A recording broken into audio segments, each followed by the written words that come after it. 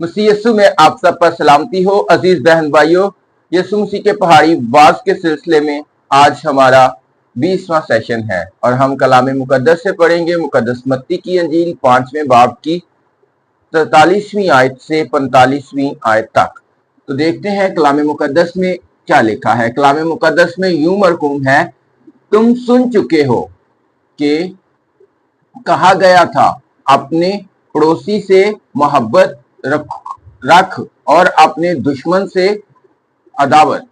लेकिन मैं तुमसे ये कहता हूं कि अपने दुश्मनों से मोहब्बत रखो और अपने सताने वालों के लिए दुआ करो, ताकि तुम अपने बाप के जो आसमान पर है बेटे ठहरो, क्योंकि वो अपने सूरज को बदों और नेकों दोनों पर चमकाता है और रास्तबाजों और नारास्तों दोनों पर मींह बरसाता है। आमीन। खुदावन के कलाम का पढ़ा और सुना जाना हम सब के लिए बरकत का बाइस हो। तो यहाँ पर खुदावन यीशु मसीह 43वीं आयत के अंदर एक गलत तशरीह को जो है उसका हवाला देते हैं, क्योंकि हम जब पढ़ते हैं तो खरूज की किताब में लिखा है कि तू अपने पड़ोसी से मोहब्बत रख।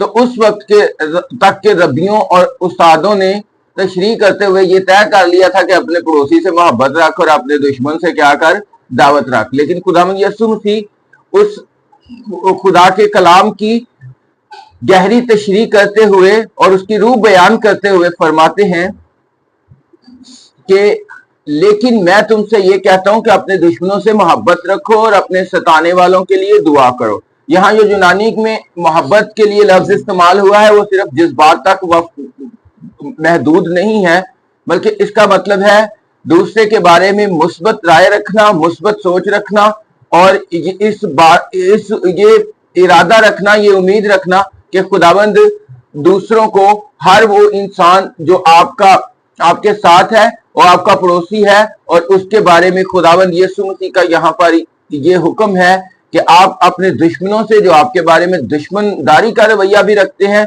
उनसे भी मोहब्बत का रवैया, उनकी भी फलाह चाहो और अपने सताने वालों के लिए क्या करो, दुआ करो। ये ऐसा करना क्यों है?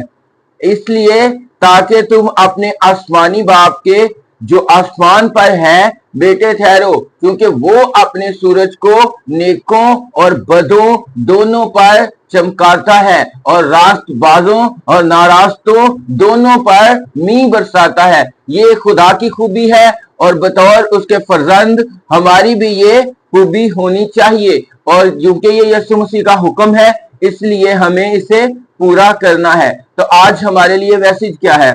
आज ये है कि अगर आपके बारे में कोई बुरा सोचता है, अगर किसी का आपके बारे में गलत रवैया है, तो जरूर उसके लिए बरकत चाहें, दुआ करें और उसके बारे में भी खुदा अपने दिल के अंदर अपनी सोचों में ऐसा रवैया रखें कि जो उसके लिए भी बरकत का बाइस हो और कभी किसी का नुकसान ना चाहे, दुश्मनों का भी नहीं। ये खुदावन का हुक्म है, ये अदम तशद्दुद का नजरिया है जो खुदावन यीशु मसीह ने दिया, और आज भी मसीह की तालीम उतनी ही कारगर है जितनी के जमीन की सलामती के लिए दरकार है। बस अपने किरदार को जमीन की सलामती को कायम करने में अदा करें बतौर खुदा के फर्जंद, ताकि हम जमीन पर खुदा के बेटे कहलाएं, जैसा कि खुदा ने आपको ये अपने बेटे यीशु मसीह के वसीला से हक बख्शा है कि आप उसके फर्जंद ठहरते हैं।